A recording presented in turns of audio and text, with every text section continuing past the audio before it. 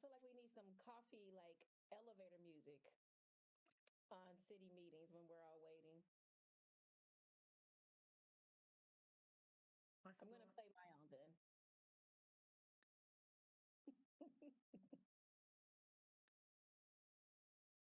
Yeah, I still haven't figured out how you do the whole music thing on the Zoom. Oh, Zoom will kick you right off. As soon as they start hearing some music that's copyright or whatever. At least in the past, that's what would happen. Like, I don't know if it's been updated to allow sharing. Yeah, that took my idea away because I was like, yeah, sure, as long as we can pick the music.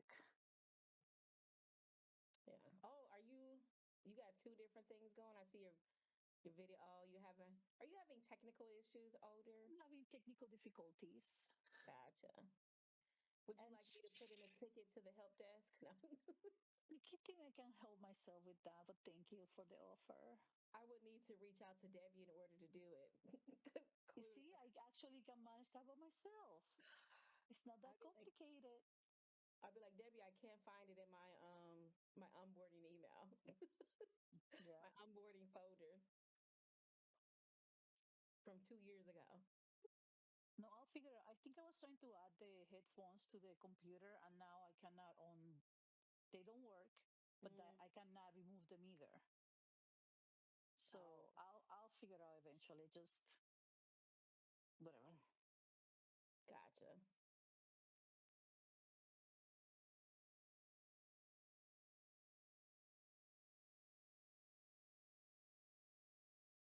I don't think people check common council sometime, like our common council meetings, before they send like group meeting invites from people across the area. And I'm looking at like the fourth time, and I'm like, I don't think they're checking. So I'm gonna just spell it out. I'm gonna put the link to our calendar in my reply.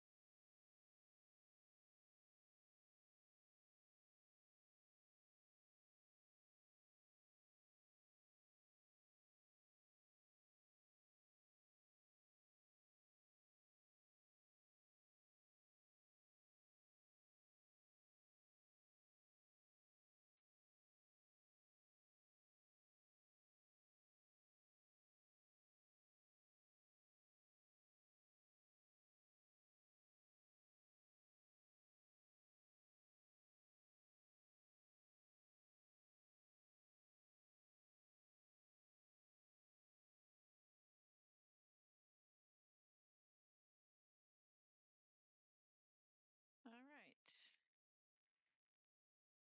right. Mother Govindarajan is going to be a little late, so I will call to order the Finance Committee of Tuesday, May 27th, 2025, and ask Dave to please call the roll. Council President Vitiver. Here. Alder Revere. Here. Alder Madison. Here. Alder Evers. Here. Alder Figueroa Cole. Here. Mary of Quorum. Thank you. And I realize that I have not opened up the public comment file. So if anybody has it open, do we have any public comment in item 1? We do not, Mayor. Thank you. So then that will take us to disclosures and recusals. Are there any disclosures or recusals on today's agenda? President Vitiver. Recusing on item 10. We'll note you as recusing on item 10. Are there any additional disclosures or recusals? Seeing none.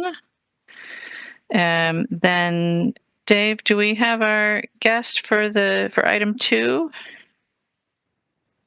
Yes, we do, Mayor. And right. I will share my screen quickly and just show a slide to kind of remind everybody of this issue, and then introduce Emily Brock from the Government Finance Officers Association. Will give you some more background. Let's see if I can find this.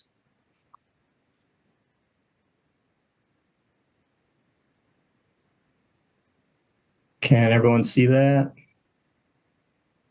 Yes. Great.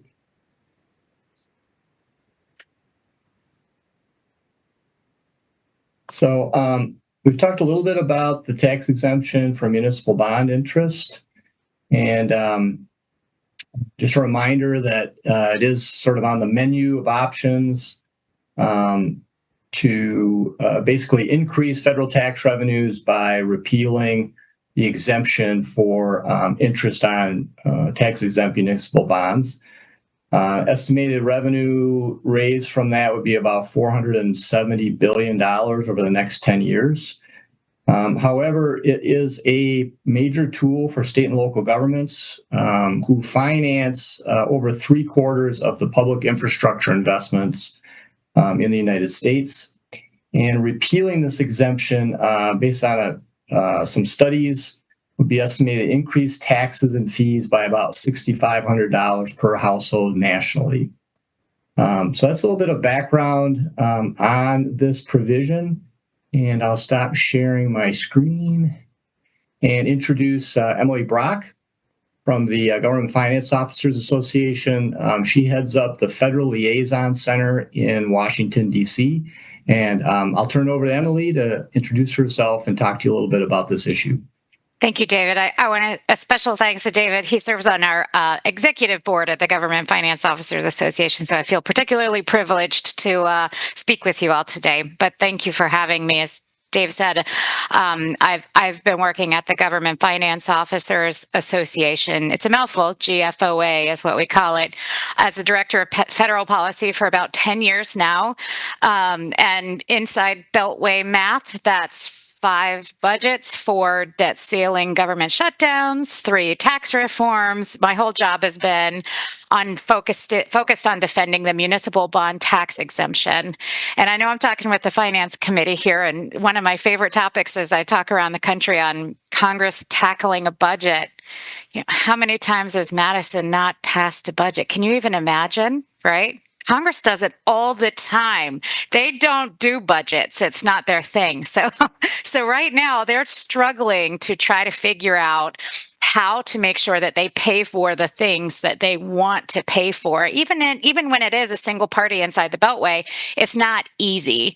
And again, my myopic focus is on the tax exemption alone. There are many other things that they're discussing right now to pay for their budget, which has to be passed by July 4th in order to avoid another government shutdown.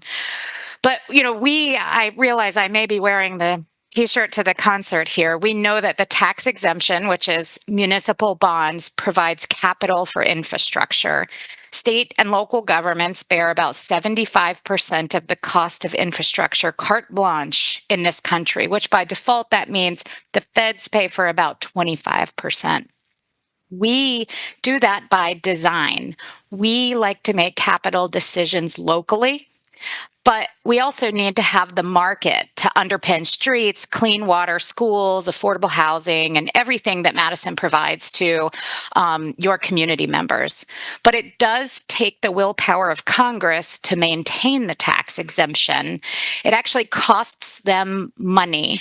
So the general scoring to Congress, the money that they assign that it costs them to provide the tax exemption really is the concept of allowing investors to claim income that's tax exempt. If Emily Brock owns a $2,500 City of Madison general obligation bond, I don't have to pay taxes on it.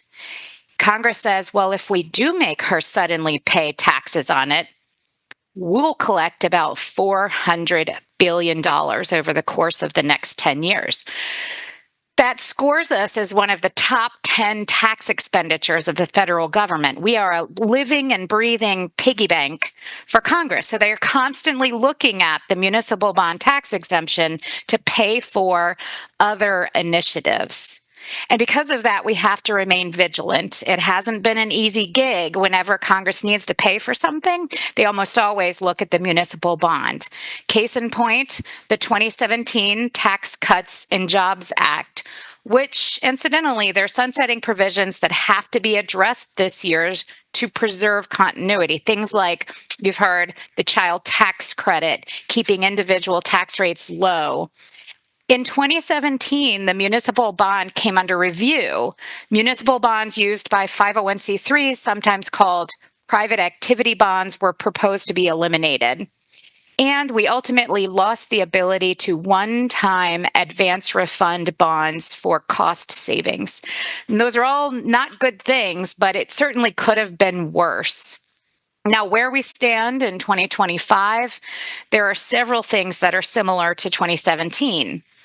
Inside the Beltway is all Republicans, one party. We know that they have to do this budget reconciliation tool because the margins of Republicans' majority are very small. And because of that also, there's a very short time range. You're seeing that actually in the press right now. They're like, we have to hurry up and do this. We have to hurry up and do this because we need to make sure that we produce something in order to maintain the majority. We also see that there's a lot of similar objectives. We also think there's few decision makers in the room, and it's probably already written. Last time in 2017, we didn't have a muni advocate in the room. We suffered a loss that cost us billions of dollars. But there are a few things that are different than 2017. A $35 trillion national debt figure, of course, and some campaign promises like rescinding the state and local tax deduction, or SALT. And certainly that's something that is of interest to a lot of Republican communities in the New England area and across the country. So there have been plenty of plans in the first 100 days, and tax reform and reconciliation is one of them, which means they have to pass this budget. So where do we stand right now? And I'm sure you've heard this term, the big, beautiful bill, made headlines, but now it is the title of the bill. It had some significant deliberation in the House just last week, and we ultimately passed through the first round unscathed. There were no cuts to municipal bonds in the House proposed budget that they discussed last week. But now the bill sits in the Senate, and their ultimate responsibility is to take the considerations of the House, which is a $3.8 trillion price tag. Do you remember when trillion was like a big word? We say it all the time. So this $3.8 trillion price tag and the entire design of the bill has to be approved by the Senate, or the Senate can chart their own path. The one thing they cannot do is exceed $4 trillion. So like I said, the House passed a $3.8 trillion bill. The Senate cannot exceed $4 trillion. So if there are senators that have things that they want to tack onto this bill that will make it rise in cost, they're going to have to find pay-fors. And again, like I said, the municipal bond tax exemption costs a hefty $400 billion. So that's a pretty hefty price tag that they're going to look as a top 10 tax expenditures, and so many things the same. GFOA, the United States Conference of Mayors, the National League of Cities have made it clear that it would be reckless to presume that we are safe unless we get ahead of the game. To be clear, we are not advocating for debt. We're not advocating for more debt or less debt. We are advocating for options, the chance for Madison to make financing and funding decisions and choices that are right for Madison. And Congress should support that. But these days, it takes a lot of educating new elected officials in Congress. What have we done so far? We created a webpage. If you go to builtbybonds.com, we've had thousands of projects put into a map where elected officials in Congress can look at what those projects are. stories are critical. On our bonds map, we actually highlight the Madison Metro Transit System's bus rapid transit. They used about $30 million in bonds on a roughly $200 million project. You guys know this well. 9.5 million rides in 2023. Those kinds of stories help for us to make our case and make it so that the members of Congress will lie on the train tracks for bonds. They will not use it as a pay for. Now, also, as Dave mentioned, we've got to make sure we've got our numbers straight as we're going and make it very simple and easy for people to remember, or for you senators and members of Congress to remember. Congress says it takes $400 billion to maintain the tax exemption. Again, if they turn the switch on Emily Brock, who owns a $2,500 bond from the city of Madison, and suddenly she has to pay taxes on it, Congress says they'll collect about $400 billion. So we looked and we saw the spreads. What is Madison and all other communities across the country saving when they use tax-exempt municipal bonds? Well, you're saving about roughly 200 basis points. That's bank speak for 2 percentage points. The tax-exempt market right now is up to $4 trillion in 2025. 200 basis points on a $4 trillion market equates to about $800 billion over 10 years. So that's a pretty good ROI. In the same period, what costs the federal government $400 billion to provide saves us $800 billion, a 2-to-1 ratio. We're saving $800 billion, what it costs them $400 billion to provide. You know, another argument, of course, is flipping that on its head. In order to maintain 75% of our nation's infrastructure, if something happens to the municipal bond, Congress is voting for an $800 billion increase of taxes and fees to households across the United States, which, as Dave said, that equates to about $6,500 per American household. So for us as investors of projects in our communities, if you lose that 200 basis point savings, your community is going to have to make a hard decision. What 20% of the elementary school are you not willing to pay for? What roads and bridges will have to be deferred? So this time around, in this 2025 adventure that we're having with this congressional budget, we have no intention and had no intention of being caught flat-footed. We created that data. We tell the stories constantly because we've run this drill, and Madison's commitment to supporting this valuable financial tool not only benefits Madison, it benefits state and local governments across our country. I'm certainly happy to take any questions that you all might have.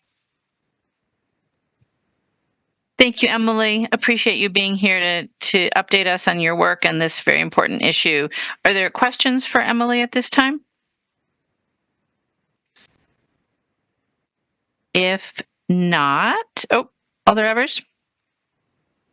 Thanks, Mayor, and thanks, Emily, for your presentation. And for my benefit, I'm sure my colleagues understand all this, but are any places where the controversy or the debate about the SALT issue intersects with this issue?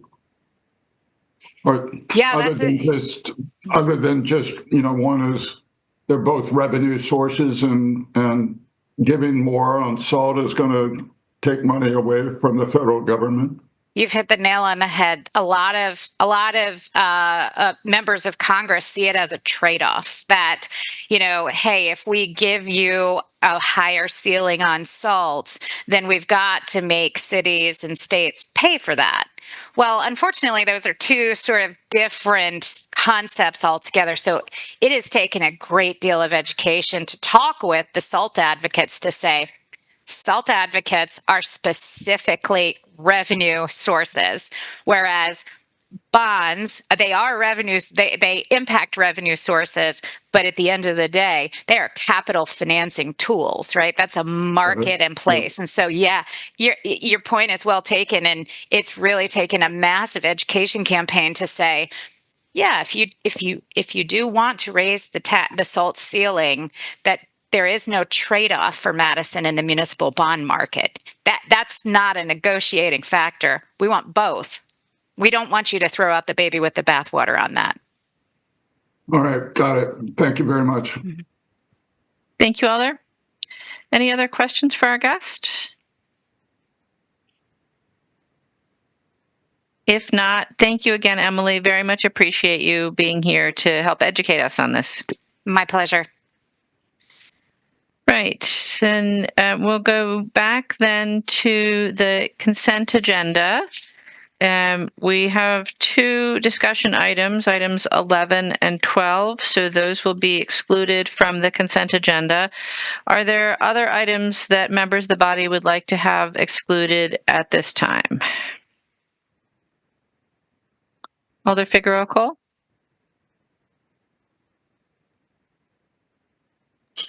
So I think 3 is a continuation of this discussion. Can we pull that item so Sure. we can understand the ask? And item 9. And item 9. Thank you. Thank you. Are there any other items that alders would like to have excluded from the consent agenda at this time?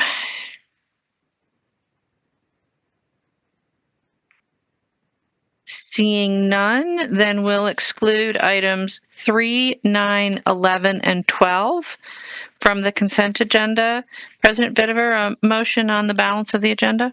Move to adopt the balance of the agenda as consent. Is there a second? Second. Moved and seconded to adopt the consent agenda. Is there any objection to recording unanimous vote in favor? Seeing no objection, we'll record a unanimous vote in favor of the consent agenda, which includes items 4 through 8 and 10. And then we'll move to taking up item 3, which is Legistar 87963, declaring support for the preservation of the federal tax exemption for municipal bond interest.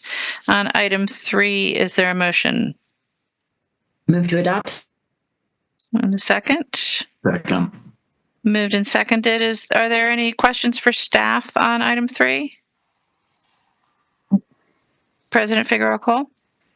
Thank you. I lost where to raise my hand.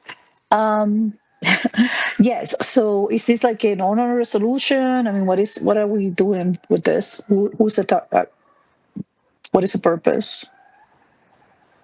Although I believe this is to put us on record on this issue, so that we can instruct those who represent us at the federal government level, how the city feels about this. So it will go to our representatives or to the entire body? I mean, who are we? I don't have the specific language in front of me, but yes, we'd share it with both our lobbyist and the congressional delegation. Okay. Thank you. Thank you, Alder. Any other questions for staff on item 3? Seeing none has been moved and seconded. Is there any discussion?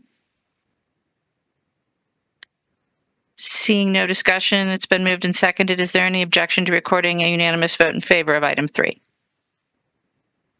Seeing no objection, recording unanimous vote in favor of item 3. That will take us to item 9, which is Legistar 88327, authorizing the execution of a development agreement and a tax increment finance loan to Wash Franklin LLC to construct approximately 223 units of affordable housing and approximately 68 parking stalls at 501 East Washington Avenue in TID 53. On item 9, a motion, please. Move to adopt. A second? Second. Moved and seconded to adopt item 9. On item 9, are there questions for staff? Alder Figueroa-Cole. I would just like staff to give us an overview, please. What is the deal? Right. We have Dan Rolfs here. Dan? Good evening. Can you all hear me okay? Okay, thank you. Just a brief overview on this project. It is 223 units of affordable housing with 68 parking stalls located at 501 East Washington Avenue, the former Wisconsin Manufacturers and Commerce site. There is a demonstrated gap, as you'll note in the TIF report attached to this file, of just over $5 million, making a TIF loan of $1.666 million feasible. That represents 55% of the TIF allowable under city TIF policy, or the 55% gateway. That $1.6 million loan would be repaid through tax increments in the coming years and retired for our standard process. The project is I believe, a 4% deal. So these would be units that would be set aside for folks making, I would consider this workforce housing. So that's a very quick overview. I'm happy to answer any of the questions you may have. Thank you, Dan. Alder Figueroa Cole. Thank you. So workforce housing, I mean, so that means only like 80% or something like that, or is that I believe we're looking at 60% AMI for these units here. 60%, okay. Average of 60% AMI. So there's some that are above, some below. And do you know like how many units will be at 60% AMI? I would have to pull that up. Bear with me one moment. I believe it's I know it's a mix. 1 second here. There it is.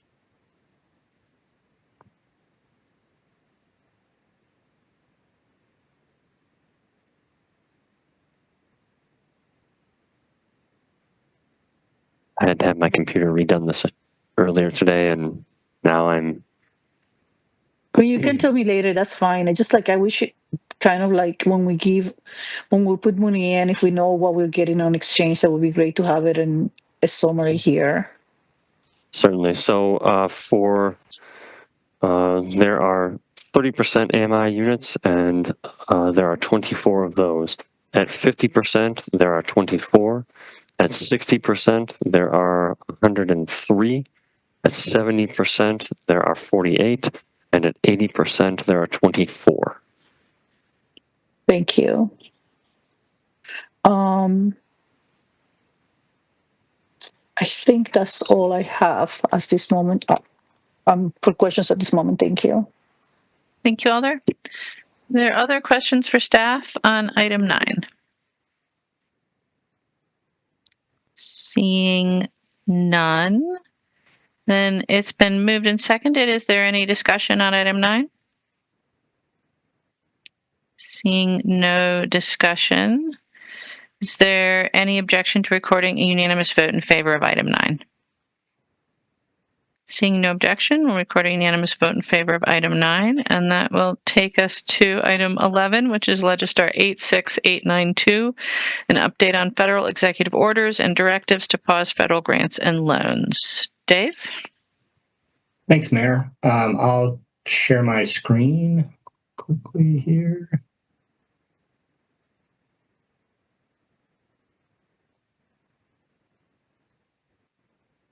Can everyone see that? All right, great.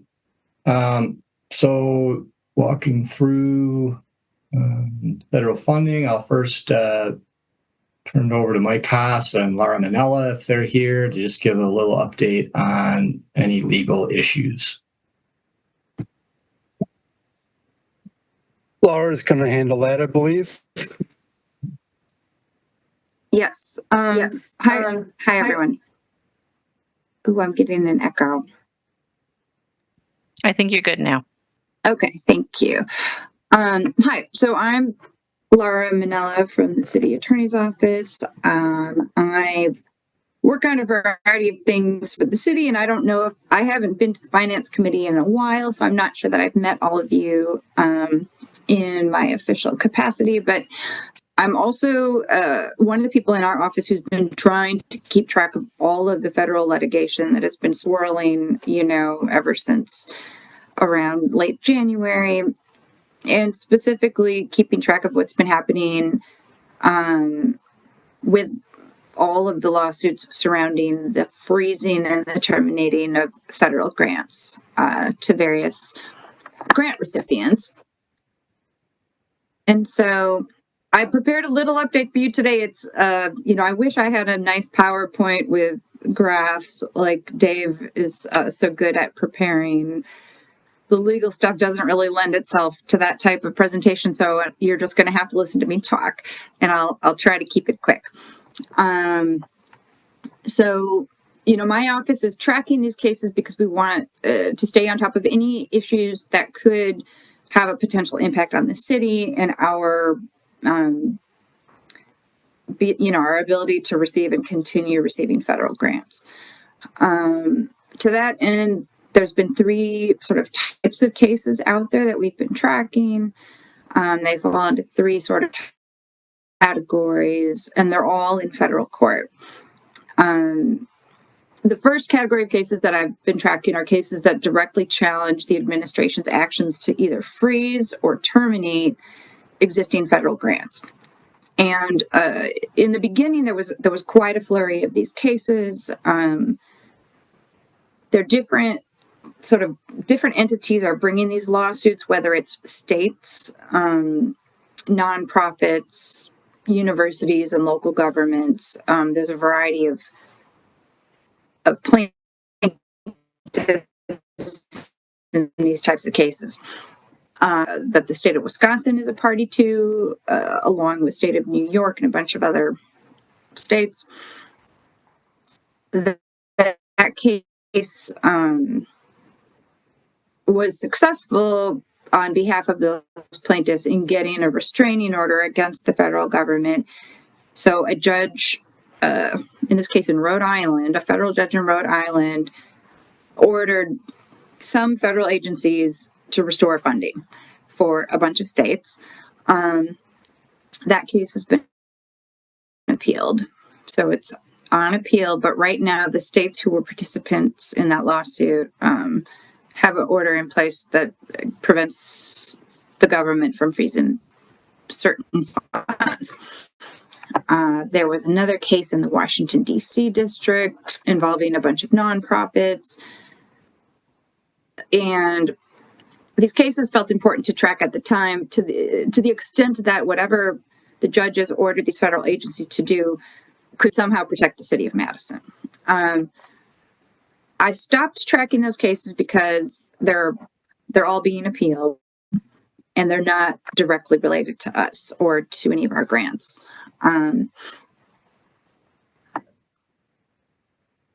But to the extent that any of you are interested in like the rationale behind the cases or the legal arguments, I could tell you about that.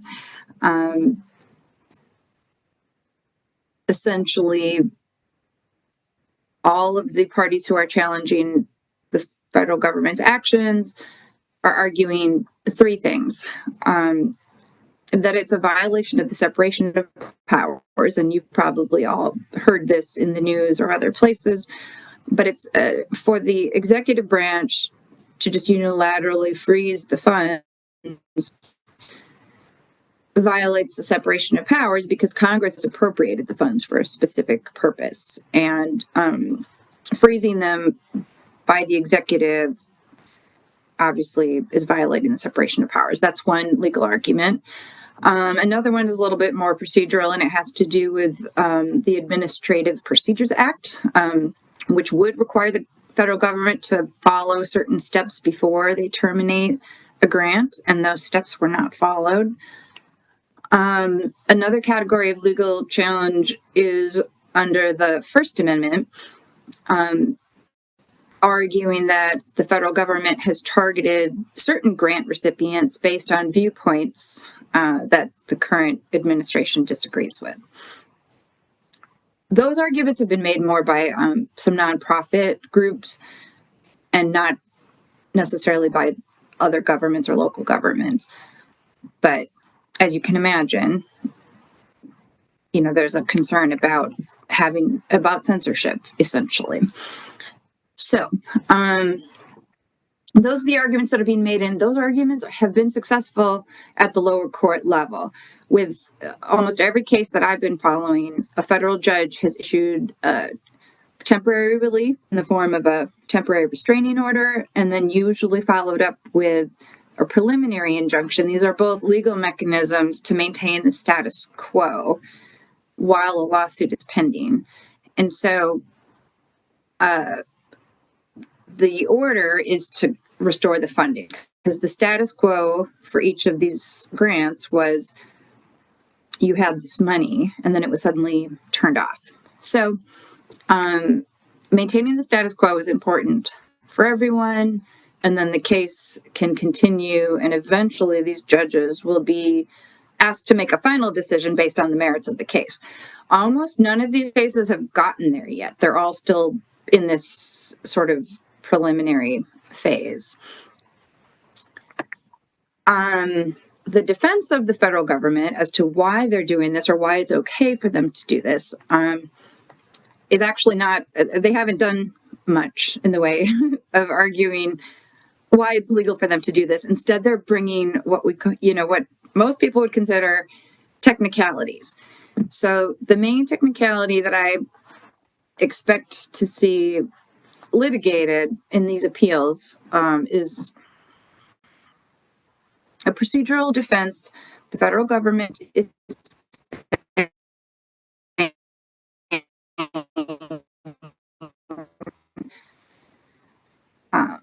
made these grants. These lawsuits have been brought. Laura, you're breaking up just a little bit. In the wrong place. Yeah, you're breaking up a little bit on us. There's a little bit of a delay, so okay. Just be mindful of that. I'm going to turn off my video in case that helps with bandwidth. Okay. Can people hear me now? Yes, we can hear you. It just oddly delays at some point. So let's try it without the video. Okay. Technical argument under something called the Tucker Act is that each of these cases should have been brought in something called the Court of Federal Claims as a contract dispute rather than in regular federal court. So for most people, just even hearing that sentence is probably making you fall asleep. It's a hyper-technical procedural argument. It has nothing to do with whether it's right or good or bad for the federal government to just suddenly cut off everyone's grant funding. But that's where these cases are going. So far, the federal judges are not buying that argument, but it's going to have to continue on appeal. The other argument that the feds are making is that they have the discretion to modify or end grants based on shifting policy priorities, because these grants no longer suit the policies of the current administration. Judges don't seem to be buying that either, mainly because the grants were all terminated sort of en masse, like hundreds and hundreds of grants just suddenly being terminated or cut off doesn't support the idea that the federal agencies are making these sort of individual, careful policy decisions, but rather they were just told to shut off the money, and they shut off the money. So those are kind of the arguments that are pending in all of those cases about termination of federal funding. None of them are at the final stage, and so it's kind of a continued game of wait and see what happens. How is my audio now? Okay, good. So the second type of cases that my office is tracking, that I'm interested in tracking, are those that are challenging new grant terms and conditions coming down from the federal government. So, in particular, there's a case being led by King County, Washington, our friends in Seattle and the county where Seattle is. It's called King County versus Turner, and they are challenging some forced amendments to the terms and conditions of their existing federal grants. Specifically, they received new terms and conditions from HUD and from the U.S. Department of Transportation, USDOT. And they made various arguments about why it's legally not cool for them to be forced to agree to different terms and conditions that are very different from the conditions when they applied for these grants, some of them back in 2023. And their expectation that the grant conditions would stay the same.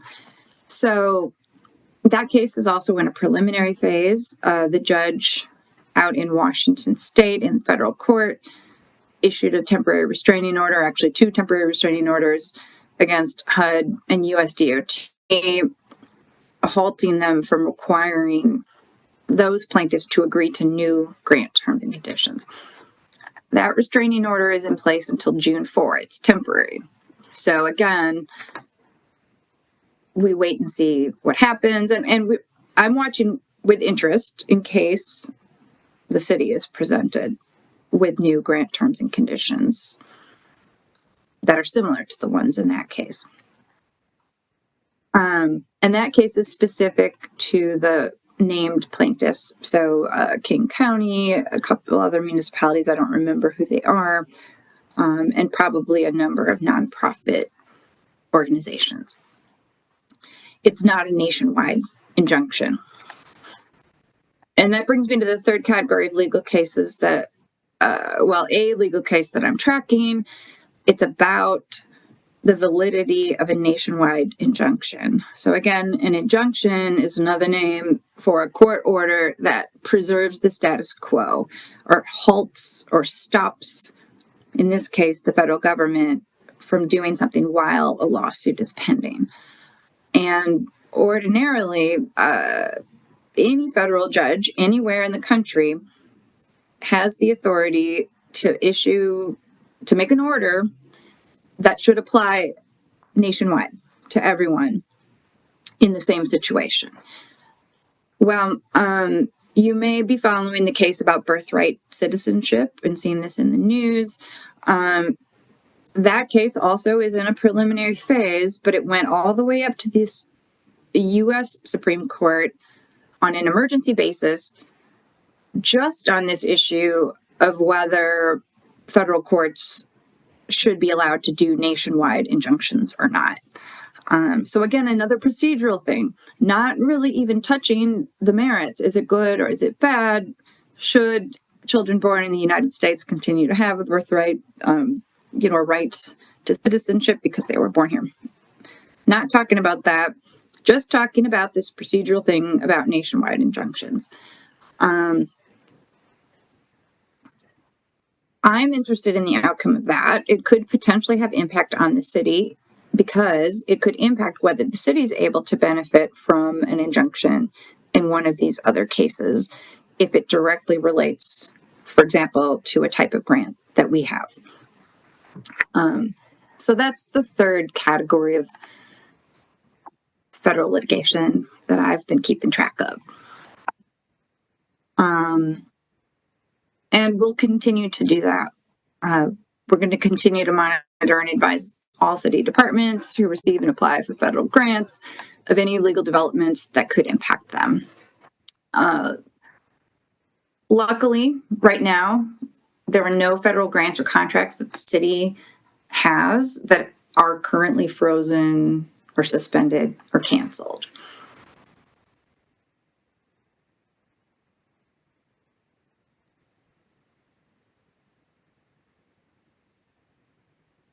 Should we pause and see if there are questions on the legal side?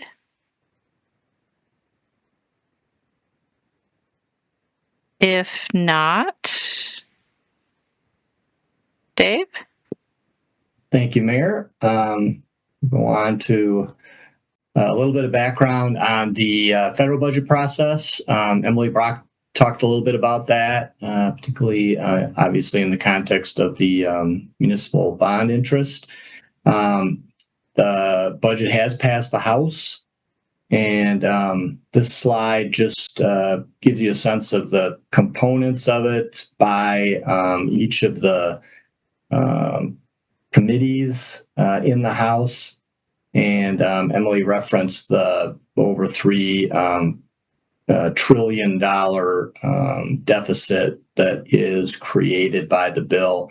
The graph on the right-hand side of this slide just shows where the national debt is expected to go as a share of gross domestic product, with the baseline being the dark line, and what this legislation would do over roughly a 10-year period. There are a number of components to the budget, of course, with the largest sort of cost being the extension of the 2017 tax cuts, along with some additional temporary tax cuts in the sense that they have an end date to them, as well as additional spending on defense and homeland security, immigration, border protection, and so on. Some of that is paid for with reductions in other programs, and you can see the list there with focus on Medicaid. There are some other taxes in there, some changes to student loans, and then in the some changes to programs and rescissions to programs in the Inflation Reduction Act. This graph shows the national debt over a 85, 90-year period. And just to point out that where the debt is at now is roughly at the same level as a share of gross domestic product right at the end of World War II, and the tremendous amount of debt issued as a share of the economy to pay for that effort. As a result of that high debt level, bond markets have been reacting to that. With the 30-year Treasury over 5%, that's seen as kind of a tripwire line. When 30 years goes above the 5%, it has receded somewhat. Today, it's down to about 4.95% or so. But nonetheless, the quote here on the right-hand side gives kind of a sense of where the bond market is at, namely that a very low lack of faith in the ability to balance budgets and to address a rapidly increasing national debt. And that was further emphasized by Moody's Investors Service, the rating agency, which rates the city's debt as AAA, for the first time downgraded the U.S. debt from AAA to AA1, again saying that the fiscal metrics are quite a bit out of line, and there doesn't seem to be any sort of political will to address that.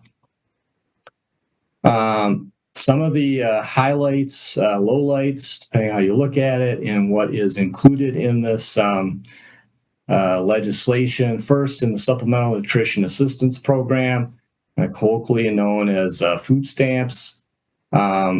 This would make major changes to the program, including work requirements and a state matching requirement based on error rates. And just to give a little bit of a background, about 1 in 8 residents of Wisconsin receive benefits of about $161 per month on average. The left-hand graph just gives a sense of if states can't fund the match, the overall amount of federal funding available, decreases.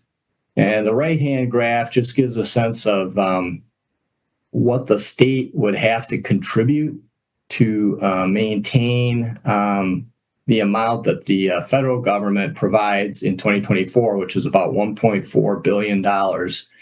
And you can see the darker columns show what the 2026 cost would be, and the kind of orange column shows the 10-year cost to the state budget if these at various matching ratios, which would be driven by error counts. There are errors in food stamp or in SNAP processing, and I think there's some estimate that Wisconsin could fall into the 15% matching level based on current and expected error rates. Major cuts, changes are made to Medicaid, over $600 billion in cuts. Some of them are in the eligibility determination area, moving from annual qualification basically to every 6 months based on looking at income and residency. There are work requirements that go into place no later than the end of 2026. And already 2/3 of those receiving Medicaid are working. And most of those who don't work are caring for a family member that's ill or has a disability. There will be cuts to states that provide Medicaid to immigrants, with some exceptions for pregnant women and children legally residing in the U.S. There'll be a ban on Medicaid funding for gender transition procedures and medications. There'll be increased cost sharing and copays. There's an estimate that between 7 to 10 million individuals will lose health insurance coverage, both because of these Medicaid changes and changes to some of the subsidies under the Affordable Care Act. About 20% of Wisconsin residents receive Medicaid benefits. It's estimated about almost 150,000 would lose coverage by 2034 under these provisions, many of which would create kind of a bureaucratic sort of barrier to many individuals who may get confused about what needs to be done. And it's sort of a way to keep people off of Medicaid. We touched a little bit on the tax law changes during Emily Brock's presentation. There is an increase in the SALT, or state and local tax exemption, from $10,000 under current law to $40,000 per year, and that would be phased out starting at $500,000 of income. Again, the districts that Emily referred to continue to push for even higher thresholds on this. It does make permanent the 2017 tax cuts. That costs about $3.8 trillion. Eliminates taxes on tipped wages and overtime, as well as a $4,000 tax deduction for seniors up to a certain income level. And there's a full deductibility of auto loan interest for American-made vehicles. There's an increase in the child tax credit, a temporary one, but it does require Social Security numbers be provided. That's currently not a requirement. It does also increase elements of the low-income housing tax credits. And as we've discussed, it does retain the current law tax exemption on municipal bond interest. Some other changes include stricter student loan repayment requirements, limits on Parent Plus loans. There are some environmental clean energy changes, including terminating electric vehicle tax credits, establishing a narrow window for the Clean Energy Credit Program, which basically will hold out most projects from being able to qualify. And then it rescinds a number of unobligated funding amounts under the Inflation Reduction Act, including for greenhouse gas reduction, heavy-duty vehicles, monitoring air pollution at schools, and so on that list. It adds revenue from expanded offshore oil and gas leases, mandating that those leases go into effect. It creates a new federal registration fee of $250 on electric vehicles and $100 on hybrid vehicles to help put more revenue into the Highway Trust Fund. I talked about the additional funding for the items listed there, including air traffic control. It has a provision to reimburse states that expended money for border security and immigration enforcement since January of 2021. Creates Trump savings accounts for babies born over the next 4 years. $1,000 will be put into those accounts. And then it lifts the debt ceiling. Emily also referred to that, which would allow this additional spending through November of 2026. This was an interesting table that looks at the distributional effects of all elements of the legislation. And basically the way to look at this sort of graphic is in the lower right-hand corner would be the highest income potential and oldest age. Those individuals in that sort of element of that corner of the table would benefit the most. Those who are older and in the lowest income quintile would see the among the largest reductions Again, those are reductions as a result of the Medicaid and SNAP cuts. And then the tax cuts benefit those in the highest income quintile. There's expected to be higher GDP slightly because of the tax reductions, more hours worked because of the work requirements, and then more debt held by the public because of the very large deficits under this legislation.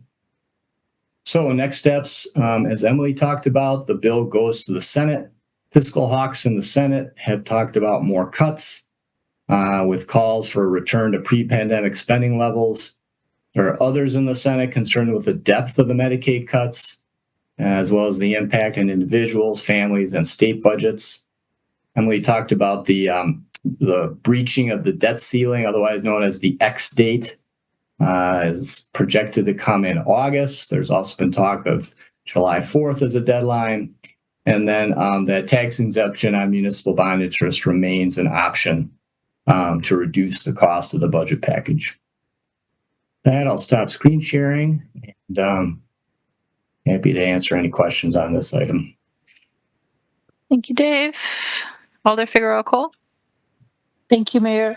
Maybe, Dave, for the next time that we see this presentation, it will be great to see those statistics to also be reflected here in Madison, what the impact will be. Like when you say that 1 in 8 Wisconsinites are taking SNAPs, or I think 1 in 5 for the Medicaid. I think you said, like, how many under our purview will be impacted, especially now that the county also released their budget issues. How it will be good to know how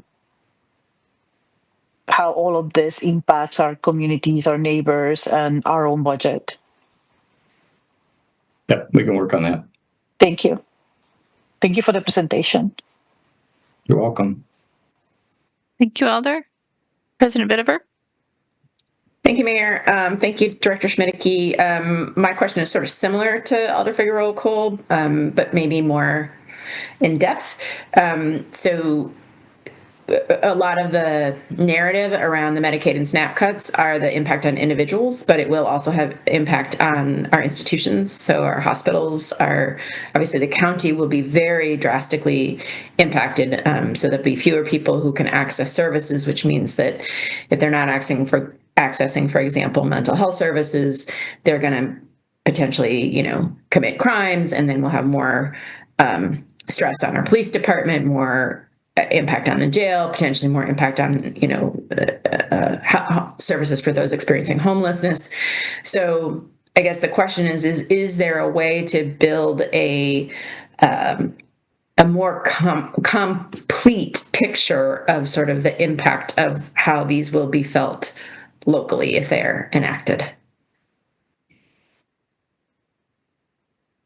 We can try to do that. That's difficult. I would say we could try to pull some information together. As you mentioned, a lot of this is outside of the city's purview. Some of it's particularly hits the county. And again, I don't expect the state to react positively to this, but again, they're in the midst of their budget development as well. How do they react to the SNAP matching, for example? What sort of things are done at the local level? But I completely agree. A lot of this will be, what we might call woodwork effects on this, where it comes out in more interest in city-based programs or county-funded programs at the local level. It will hit the healthcare, hospitals and so on, with more uncompensated care, more emergency room visits, less efficient delivery of healthcare, which is what all this is about with expanding publicly funded healthcare, is to really address what is in effect a higher cost of care for these types of services. So we can do what we can to look at that and try to pull some more information together as this all unfolds.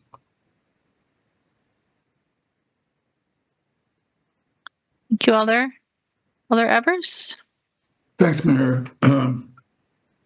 And Director Schmidtke, I have a combination of a comment and a question, and I wonder if you can respond to my concern. I sit on a committee for the National Independent Venue Association, the Advocacy and Policy Committee, and we met today. And, I learned something that I did not know. I guess I should have known.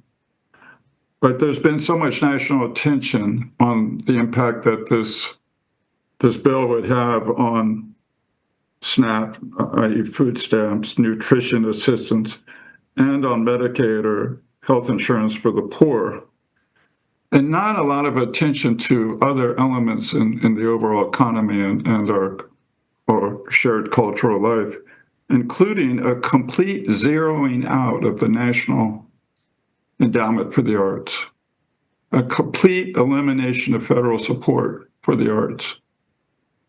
And I think it's concerning then that a lot of our arts organizations depend on grants that get funneled perhaps through the state or the county, but ultimately come from the federal government. And, artists and arts organizations are going to be struggling. I think in a lot of these areas, the private sector, people will be turning to them, but those same philanthropic efforts, the same charitable organizations are going to be turning their attention to the poor, to helping deal with whether it's housing or housing instability that's aggravated by people with medical debt or not being able to feed their kids, all those kinds of more severe things. And arts programs, environmental programs, all these other things that we're not hearing about are going to be eviscerated. And it's going to create such challenges for us as policymakers, for our constituents, for the people that we represent who participate in these programs. It's going to be super challenging. And I just wonder if my observation there seems relevant and on point as far as where you're coming from.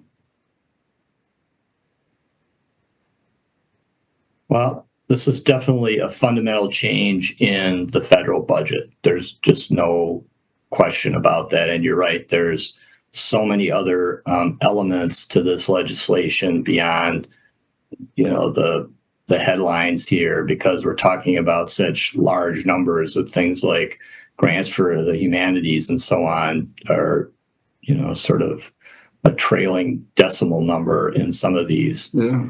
And I think you're right. A lot of this, and we saw that a little bit in how we described the municipal bond interest impact on households. This is basically all going to roll downhill to local governments and local philanthropic organizations to try to do what they can to pick up, the slack while the federal debt is increasing dramatically, and the cost from that federal debt will also trickle down to higher interest rates for infrastructure investments by state and local governments. So,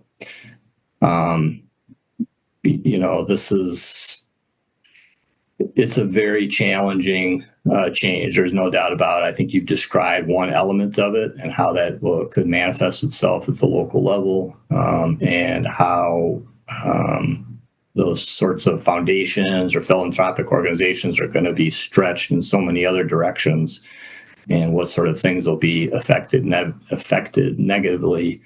While at the same time, as you all know, we struggle with limited revenues here in the city, state mandates that limit the ability to make any further investments to try to step in to fill the void. So I think you've pointed out correctly. I think that's clearly one element, and there's many, many other elements that we could talk about that are in this legislation. Oh, thank you, Dave. Thank you, Alder. Alder Verveer.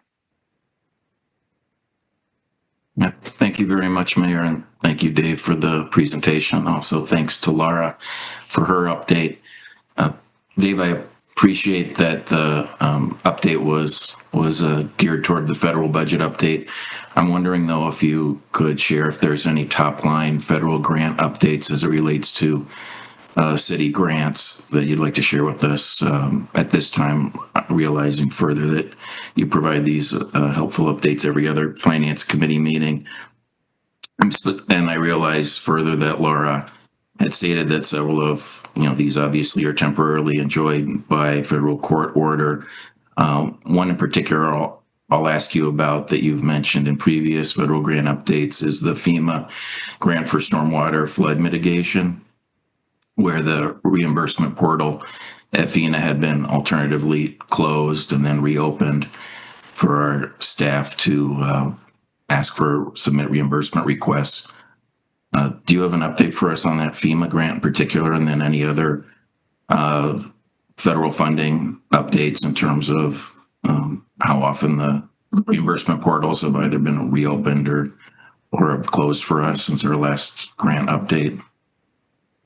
So specifically on the FEMA grant, that money has actually been dispersed to the state Wisconsin Emergency Management Division, and we have been able to get reimbursements on that. And we continue to submit those costs as quickly as we can to get reimbursements on those. So that's, I would say, we can use the word positive development in all of this. So that those reimbursements are ongoing. Our understanding right now is we are still able to access existing grant monies. There's nothing at the moment that's been closed off. We have been closed out of accessing an EPA grant for several weeks, but that has reopened, and we are submitting costs and getting reimbursements on that as well. I think there's still, and Laura talked about the litigation, the injunctions, and so on. There's still the CDC grants that are out there that affected public health via the State Department of Health Services. I think some of that reimbursement was able to be made. How that proceeds, I think, again, is a matter that's in the courts right now. So I think overall, we are able to access the grants that are in place at the moment. Thank you again. And just one follow-up, obviously most critical based on your previous updates with us have been concerns about HUD. There's been absolutely no changes in terms of HUD funding for the city since your last update? Not that we're aware of, no. Okay, very good. Thank you, Dave. Thanks, Mayor. Thank you, Mulder. Any other questions on this presentation? It's seeing none. Thank you, Laura. Thank you, Dave. And we'll go on to item 12, which is Legistar 88413, an overview of the 2026 capital budget requests. Christine?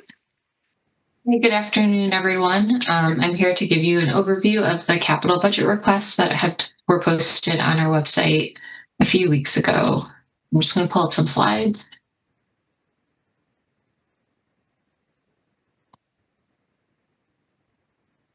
All right.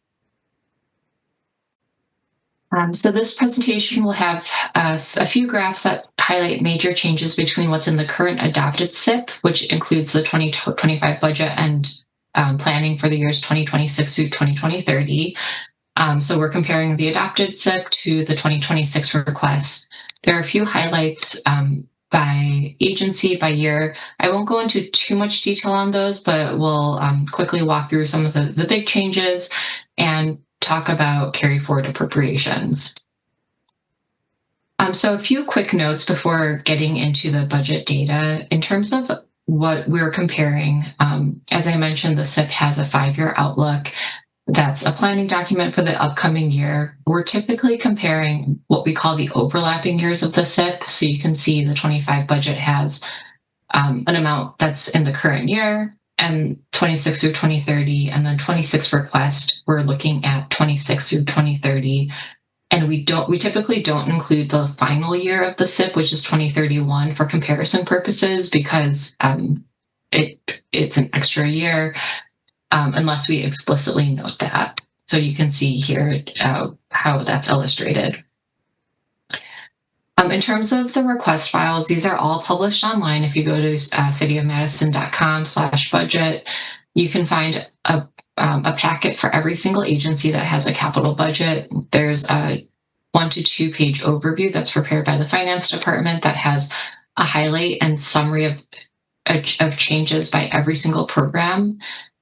There's a transmittal memo that's prepared by the department head, and then there's a proposal form for every one of the capital projects in that agency's portfolio.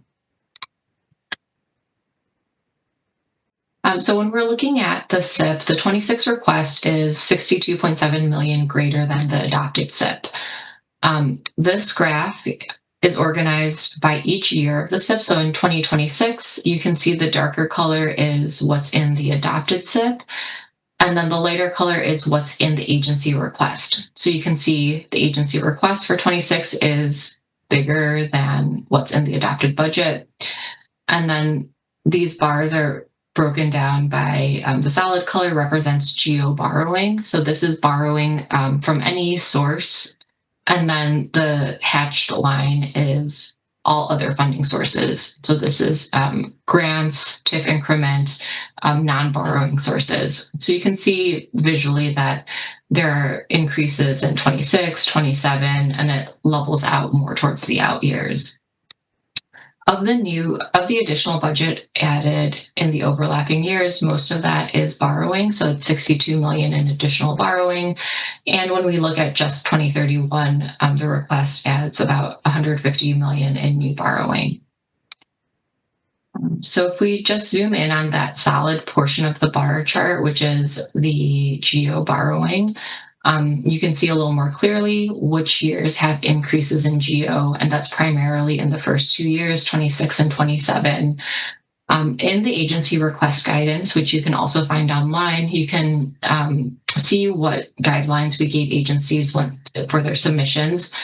We didn't set a hard target, and we didn't say you can't increase above a certain percentage, because we wanted people to provide realistic cost estimates of what it would require to complete the projects that were in the SIP. Overall, the request is 9% higher than the adopted SIP. And again, that's not including the final year. And then zooming in on the hatched line portion of that bar chart, this is just the right now we're just looking at the state and federal funding. One thing you might notice is the 26 request is actually higher than 2025, and that's because there's some additional state funding for water related programs. So that's a little over $7 million from the state. That's the increase in 2026, and then you can see in the out years there's a decrease in every year related to people making some adjustments related to federal funding. This is primarily related to a TE resolution that moved a grant that was spread out across the SIP into 2025, and the council approved that a few weeks ago. Our capital guidance also directed agencies to not preemptively remove federal funding unless there was a final decision. So if you're wondering why there isn't more variance here, it's because there's just a lot of uncertainty in these programs, and we didn't want to remove something until there's final congressional action. So the next 2 slides just highlight a few major changes in GEO borrowing in the first 2 years of the SIP, so 26 and 27. This list is just projects that have a change of $1 million or more. And so this can be $1 million increase or decrease compared to the 2025 adopted SIP. I'm not going to read all of these, but a few highlights within the Economic Development Division. There's 1.7 million for TIF 53 and 2 million for TIF 55, which is the new TIF for Boyd Farm. Engineering included $3 million for John Mullen Drive and reduced their request by about $16 million for Regent Street. That's pushed back into 2027. So that's part of why you see a big bump in 27. In both fire and public health, there's additional funds for the fire station and public health clinic related to the South Madison redevelopment, additional funds in fleet for vehicle replacement, in parks for the Lakeway and Parkland improvements, and stormwater and North-South BRT. And then in 2027, there was a larger increase, 27.1 million. Again, about half of this is related to moving Regent Street and engineering back a year. And then a few other major projects include additional TID funding, TID supported borrowing for Hoyt Farm and EDD, fleet, and some other engineering major streets projects. The next section of slides breaks down the agency request by groupings of agencies, their functional areas. So within the admin agencies, there were no major changes in finance or the mayor's office. The IT budget request included 2.3 million additional funding. A large portion of this is related to creating a new program for clerks election equipment lifecycle replacement, as well as moving TE's portion of camera lifecycle management into the IT budget. Within PCED agencies, no major changes in CDD or planning. Within the CDA redevelopment budget, there was 6 million added for South Madison redevelopment, and about 6 million added in EDD related to various TID related projects. Within the public facilities, so Monona Terrace and Library, and the public health agencies, you can see some of the big changes here are related to fire and public health for adding funds related to South Madison redevelopment, and library included requests to increase funding for the collections program. Within the utilities, there are a variety of new programs and shifting timelines for various projects. A few highlights in the bike ped, but engineering bicycle pedestrian budget, a new project for State Street Sidewalk and Pedestrian Mall that adds funding in 2031, and a Stoughton Road bike ped enhancement project in 2028. Engineering facilities created a new project to support meeting ADA guidelines, and changed some funding sources and energy improvements. Major streets added a project for Hopker Road, increased funding for John Nolan Drive, and shifted the timeline of various projects. And then sewer and stormwater also had increases related to a sewer lift station and increasing budget for stormwater citywide flood mitigation. If you look at all the other public works agencies, so the non-engineering public works agencies, one of the larger increases is in fleet services that increased budget for the various vehicle replacement programs. So for fire and safety apparatuses, fleet equipment, and fuel infrastructure. Parks Division had shifts across a number of projects. They offset some of their increases by decreasing others, but in total, their request was about 8 million above their 25 adopted budget. Streets had a modest change to add a program for forestry equipment, and the water utility added different adjusted project timelines to align with major streets and added state funding related to Unit Wall 12 and water mains. And then within transportation, no major changes in Metro Transit. Parking included a request to renovate commercial space attached to Wilson Street Garage. Traffic engineering had a decrease, again, mostly related to moving some of their grant funding into 2025. And transportation also had a decrease related to pushing one of their projects farther out in the timeline. They also added 3.9 million in TIF funding for North-South BRT.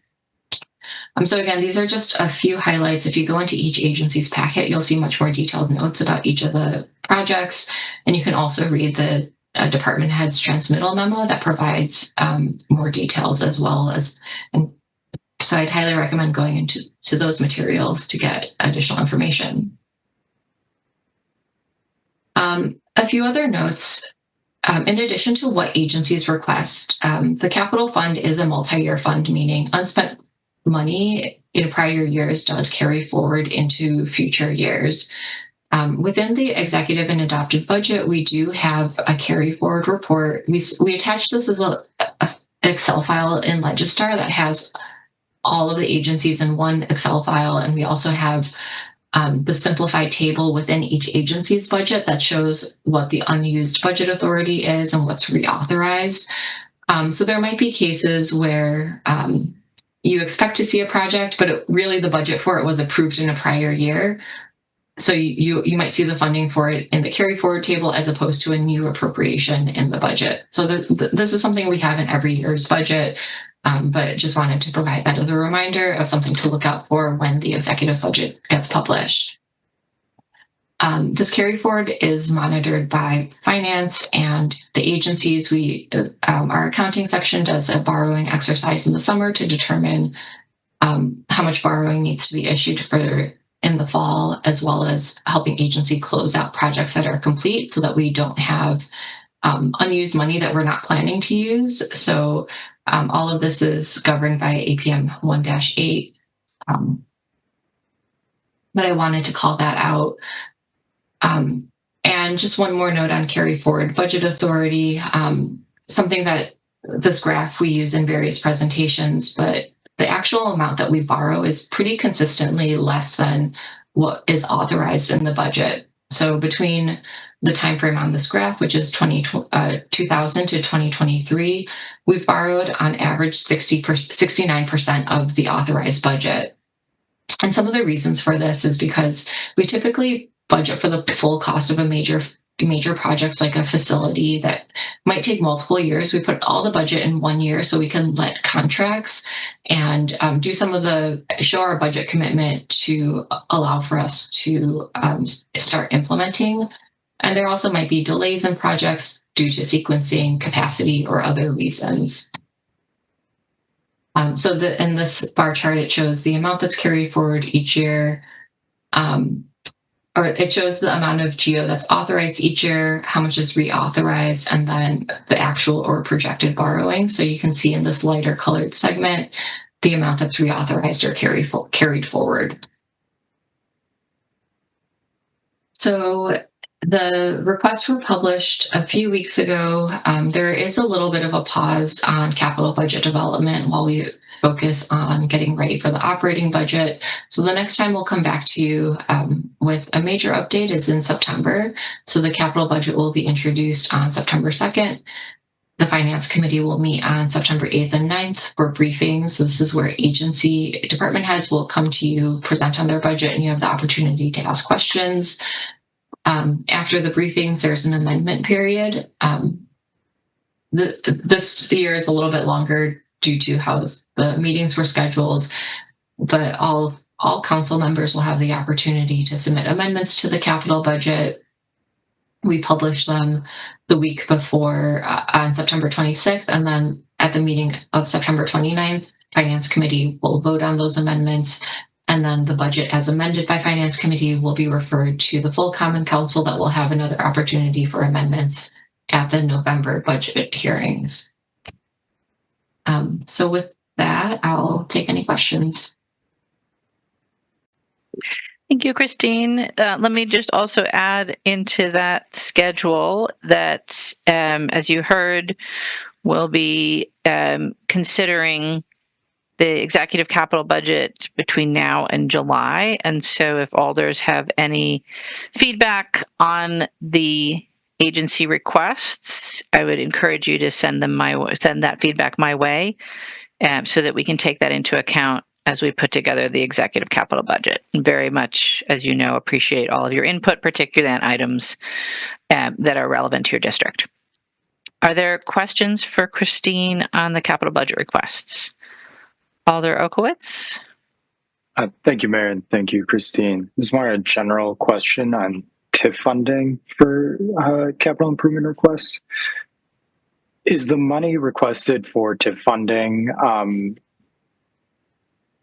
a result of, a TIF has a certain cap on what we expect the property growth to be, and so what we can borrow against.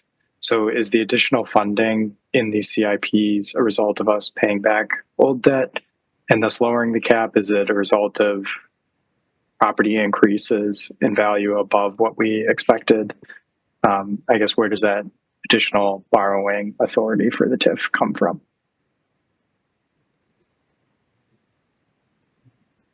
I can jump in on that one. So what you see in the capital budget is kind of TIF in two forms. One is TIF increment that is being used to repay GO debt. So it might be non-general fund supported general obligation debt for a certain type of project. We might see that as part of street reconstruction project in a TIF district. The other type of funding source you'll see is actual TIF increment being used to pay for projects like that or for development loans. These are all usually already in approved project plans for the TID that have been approved by the Joint Review Board. So each tax increment district or citywide, in the sense of Madison, we have a Joint Review Board that's required under state law that looks at what the TID increment is projected to be and what the project plan is to spend that increment over what time frame, obviously within the maximum amounts allowed under maximum length of time, depending on the type of TID, allowed under state law. Okay. Thank you, David. Director Schmidt, that helps. Thank you, Alder. Other questions on the capital budget requests? If not, thank you again, Christine. And I'd just again encourage alders to go and look at the specific requests and to share your feedback with myself or with the appropriate deputy so that we can take that into account as we put together the executive capital budget. And that is the last item on our agenda today. So I would entertain a motion to adjourn. Move to adjourn. Second. Moved and seconded to adjourn. Is there any objection to recording a unanimous vote in favor of adjournment? Seeing no objection, we are adjourned. Thank you all. Have a good evening.